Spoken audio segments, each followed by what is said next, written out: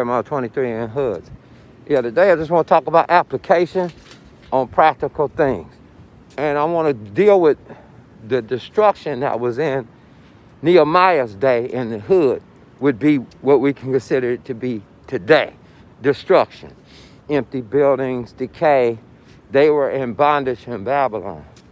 So I want to point out, so what would be your message or my message? What would be the message? Back then, those prophets' message, if you read Nehemiah, especially the 4th chapter, it deals with usury, exploitation of the poor, of their brethren.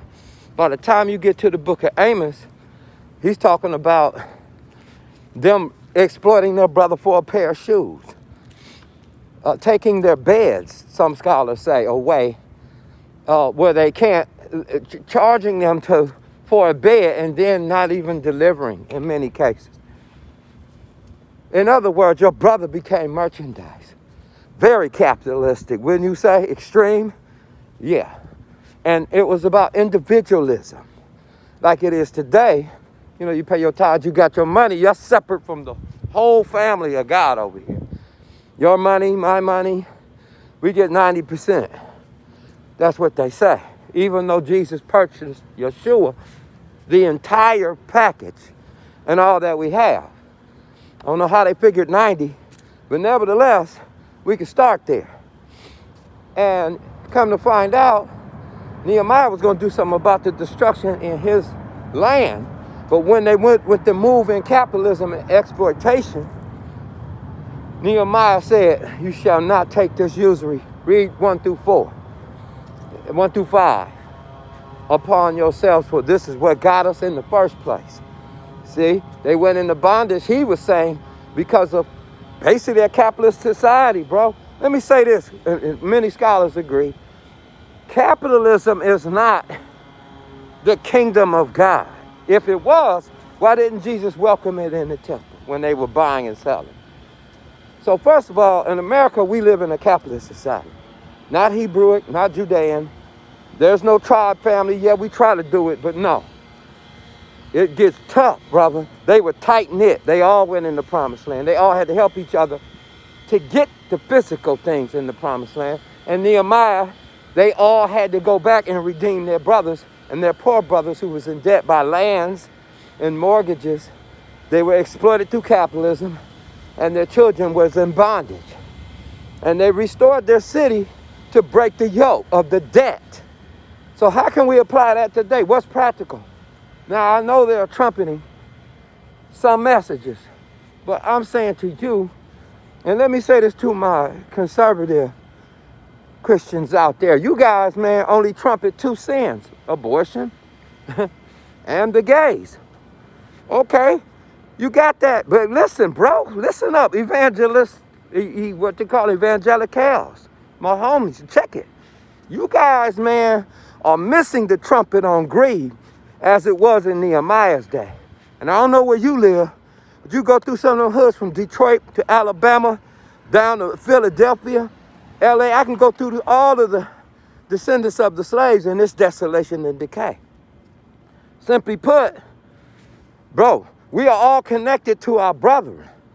We have an individualistic faith, but don't let capitalism deceive you thinking because you got an individualistic faith for your persevering of your soul to become in alignment with your spirit and what is satisfying on the divine principles. We eat. But bottom line is, man, what are you going to do about your brother? Because Old Testament, the whole covenant was family. Now, is the New Testament better and we breaking bread in his name, then shouldn't we discern the body and physical things as they were commanded? Joshua 1 and Nehemiah commanded his to redeem and help their brothers to break the yoke, to especially in a society of debt. If God didn't want debt in the Old Testament, how we explain that? Where the prophets? I can't hear nothing on debt. One prophet said it, I guess, and many of the people out in church don't like him. Kenneth Hagin. He said, get out of debt. And I ain't no Kenneth Hagin fan, but I'm saying, can we hear a trumpet on greed, exploitation, let me calm it down, usury, for greedy gain. Those were the trumpets of the prophets. I give you the last word. What's your message today? Are you bannering those? Is your pastor, your prophet, your evangelist, your teachers looking at the base? Look at the inflation.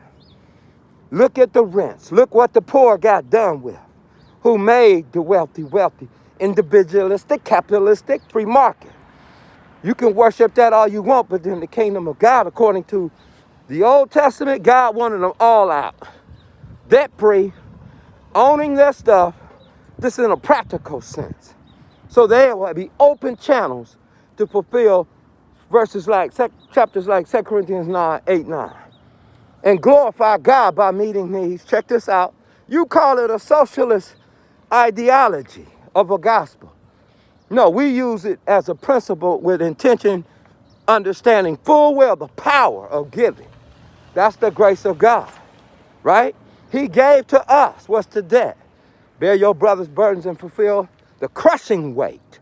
I ain't talking about what they're responsible for, but even if they missed their responsibility, we look for reasons to practice the principle of giving because of the power and with all joy for the joy that's in it when we strengthen our brother and not exploit.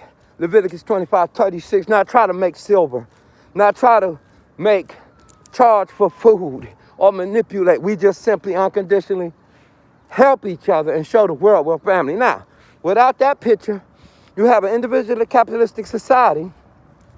I drop my 10% in the bucket. I'm not responsible for my brother. There's no collective responsibility as it was in the Old Testament, but you in the New Testament to breaking bread, and we are having communion. And the bottom line, we have a communion, but what about the money? What about helping each other? Communion means nothing if we're not knitted in the natural. I mean, how you going to be knitted in the spiritual? You can be in the commonality of the gospel, but how you going to be knitted to somebody and we ain't communicated and been ready to distribute if we're in that position? Looking for people in your local fellowships. Remember, tithe started where? If they were tithing, there's no record in the New Testament, but had to be in the house, didn't it? Because there was nothing but house churches. And maybe they went to the temple once on the Sabbath. Yeah. And the bottom line, what do you think? What do you think? What's the trumpet? Do I hear anything on exploitation? Do I hear you saying anything? And I'm talking to my homies over there. Y'all, man, are trumpeting two sins. And you're forgetting the oppression. That one is the one with them prophets. So if you were living back then, what would you be preaching? What would you be prophesying to the nation? Sins of oppression. If you was rolling with the real prophets. Now, if you're a false prophet, you were saying everything's cool. You could keep exploiting, go ask Amos. You could keep using, go ask all the prophets. Micah, what about that with land? Micah 2:1-2. Check them bullets out. Listen, man, here's the bottom line. Oppression is real. Poverty is real. Exploitation is real. Usury is real. And greed is real. So the younger generation, you better teach them the trumpet that before things start blowing up. Because it seems like God gets angry when you mess with the widow and you confuse the things of those that have no help. Talking about individual, look past them, ride by on the bus stop, there they go. Ain't a dog on the street, bro.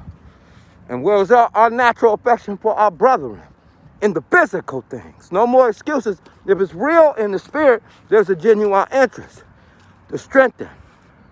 Why did Joshua and them been commanded to help their brother?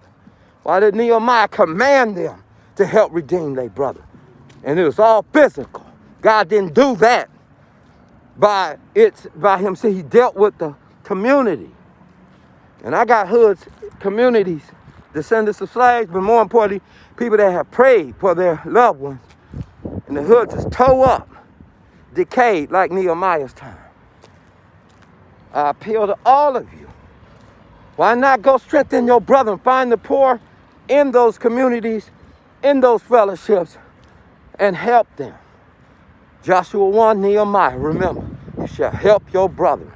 Jeremiah 23, Aaron Hood.